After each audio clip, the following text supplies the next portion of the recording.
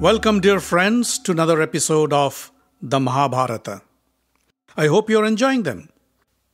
During the last episode, the Pandava brothers, Yudhishthir, Bhim, Arjuna, Nakul, and Sahadev were born. We also learned how the Kaurava brothers, the 100 brothers, were born. And we also heard about the tragic death of King Pandu in the forest. And later on, Pandu and Kunti returned to the palace of Hastinapur to live under the care of their great-granduncle Bhishma.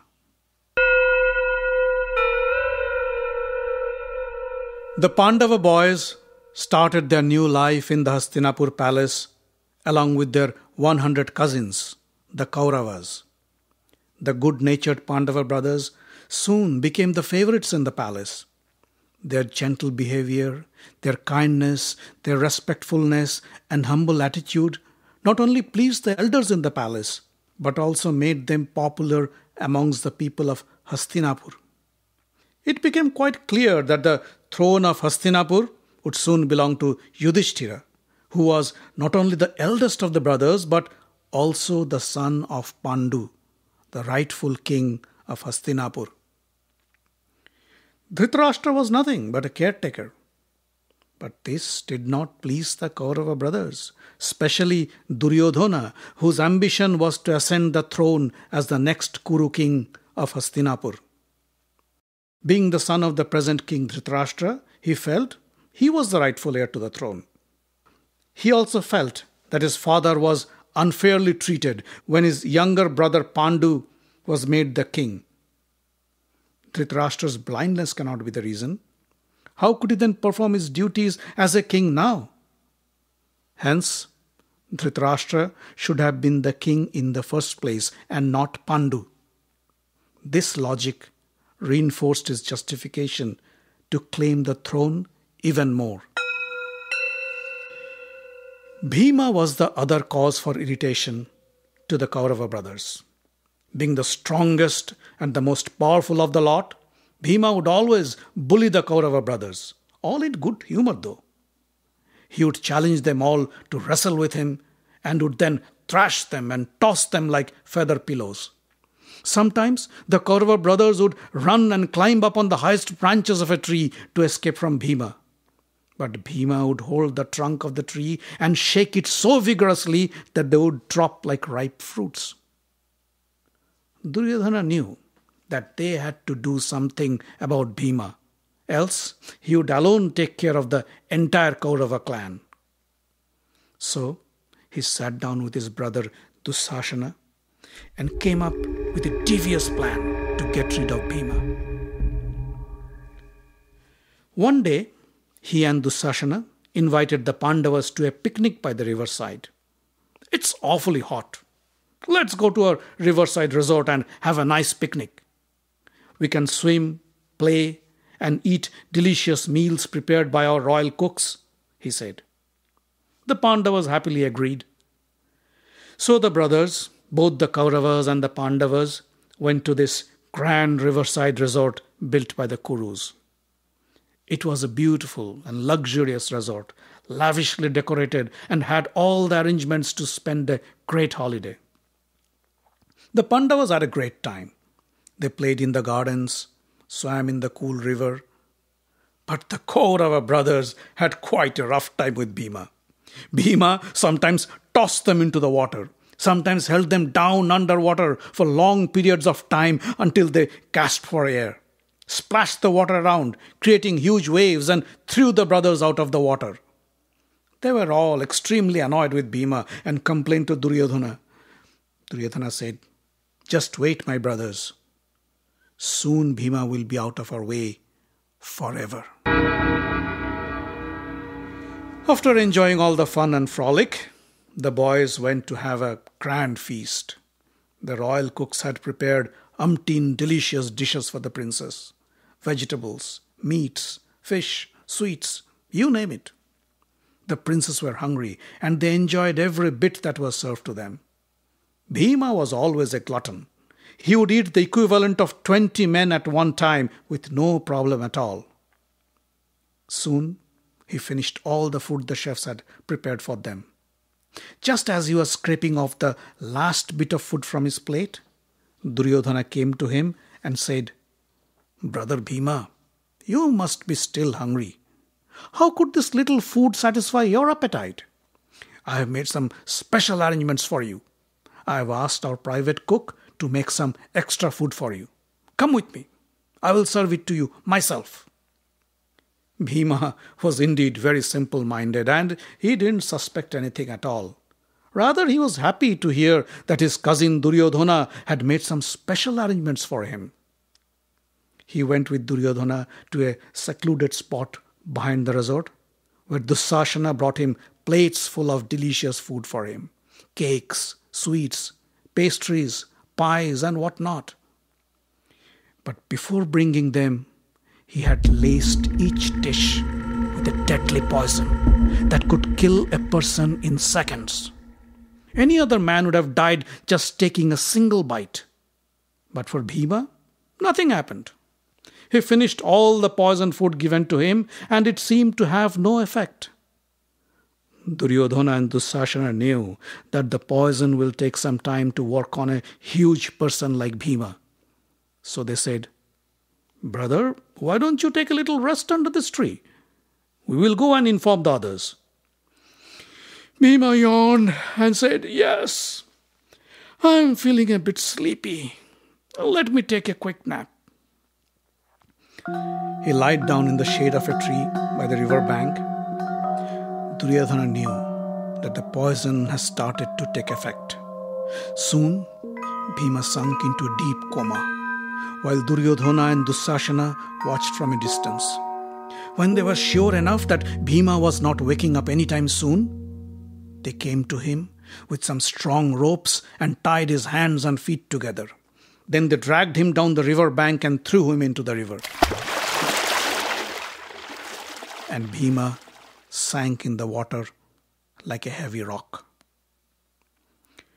Duryodhana and Dussasana went back to their brothers, who were getting ready to leave. Yudhishthira was looking for Bhima. Duryodhana said, "Bhima has already left for the palace. The son of Vayu challenged us that he could beat our chariots and reach there well before us. Now let's go and try to prove him wrong." They all jumped up on their chariots and left for Hastinapur.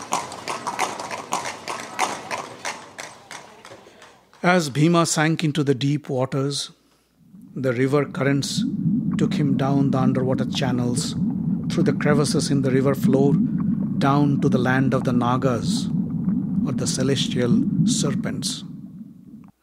As Bhima's body rolled into the river bank, it trampled on some of the serpents there.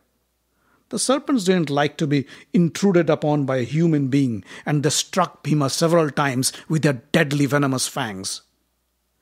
But the serpent venom acted as an antidote to the poison in Bhima's body, and soon he woke up from his coma. Bhima flexed his muscles to break the ropes tied to his arms and legs and stood up. He was very angry with the Nagas and started a rampage. He thrashed them, trampled them, beat them to the ground, and the serpents had no other option but to flee. They went to their king, Vasuki, and complained, "O King Vasuki, a human being has arrived in our lands. He is huge and strong. He is beating us up, and if this continues for long, none of us would survive. Please, please do something." Vasuki and his deputy Arka assumed human forms and went to meet Bhima near the river bank. The Nagas had this special power and could change their forms quite easily. When Arka saw Bhima, he recognized him to be his distant grandson. Once upon a time, Arka lived as a human being and had a regular human family. Kunti happened to be his niece. Arka introduced himself and embraced Bhima. Vasuki was also pleased to meet the great Kuru prince and invited him to his palace. Vasuki said, "Arka, we must treat our esteemed guest with our famous elixir. We must offer him a drink of our rasa." Rasa was a delicious and intoxicating drink which gave the Nagas their super strength. Arka said, "Yes, of course. Come with me, my dear grandson. I will treat you with rasa. Bhima was served rasa in a big pot, and in one giant swig he drank it all. He was served another pot, and he drank it all too. One after another, he drank 8 pots of rasa, and then he felt very sleepy. Vasuki took him to a beautiful room in his palace, and there he lied down on a luxurious bed and went to sleep right away and didn't wake up for 8 long days. In the meantime, in Hastinapur, Kunti and the Pandava brothers were extremely worried about Bhima. As soon as they arrived in the palace from the riverside resort and found that Bhima was missing, they knew Duryodhana had lied. Still, they waited for some time with the hope that he might turn up any time. But he didn't. Kunti was afraid that Duryodhana must have done something evil to his son. But without any proof, he couldn't challenge him either. She went to Vidura and said, Vidur, I think something bad has happened to Bhima. He wouldn't go anywhere without informing us. I am afraid Duryodhana must have done something evil to him. Vidura tried to console her. Don't worry, Kunti. No harm can come to Bhima. He is the strongest of the brothers, and Duryodhana will not dare to do anything to him. Besides, Vyasa himself had prophesied that your sons will enjoy a long life. I am sure Bhima will be back soon. Vidura was right. On the 8th day, Bhima came back to the palace. When he woke up from his sleep, the rasa had given him immense strength, and he felt invigorated. He thanked the Naga king Vasuki and Arka and asked to give him permission to return to Hastinapur. King Vasuki made all the arrangements, and soon he was back to the human world. When Kunti and the Pandava brothers heard of this story, they were stunned. They knew Duryodhana and Dussasana were evil-minded, but they could never imagine that the Kaurava brothers could go to such an extent. Yudhishthira advised, we should not talk about this, and we should not complain to anybody either. But we should always be vigilant, because I am sure Duryodhana will strike again. So they continued with their usual life in Hastinapur as if nothing had happened. Duryodhana and Dussasana obviously were very surprised to see Bhima back in the palace, but they too kept their mouths shut and began scheming on other plots to eliminate their rivals, the Pandavas. Bhishma had appointed Kripa, a Brahmin, to train the royal princess the art of warfare and weaponry. Kripa was doing his best, and the brothers, especially the Pandavas, were picking up the skills very fast. Bhishma knew that these boys would need someone who would be able to teach them the use of the most advanced weaponry and skills of warfare, and he was actively looking for one. Well, of course, he himself would have been the best teacher, but he was too busy running the administrative affairs of the throne since Dhritarashtra was severely handicapped due to his blindness. But soon, a strange incident happened, and Bhishma got himself the services of the greatest weapons teacher one could expect.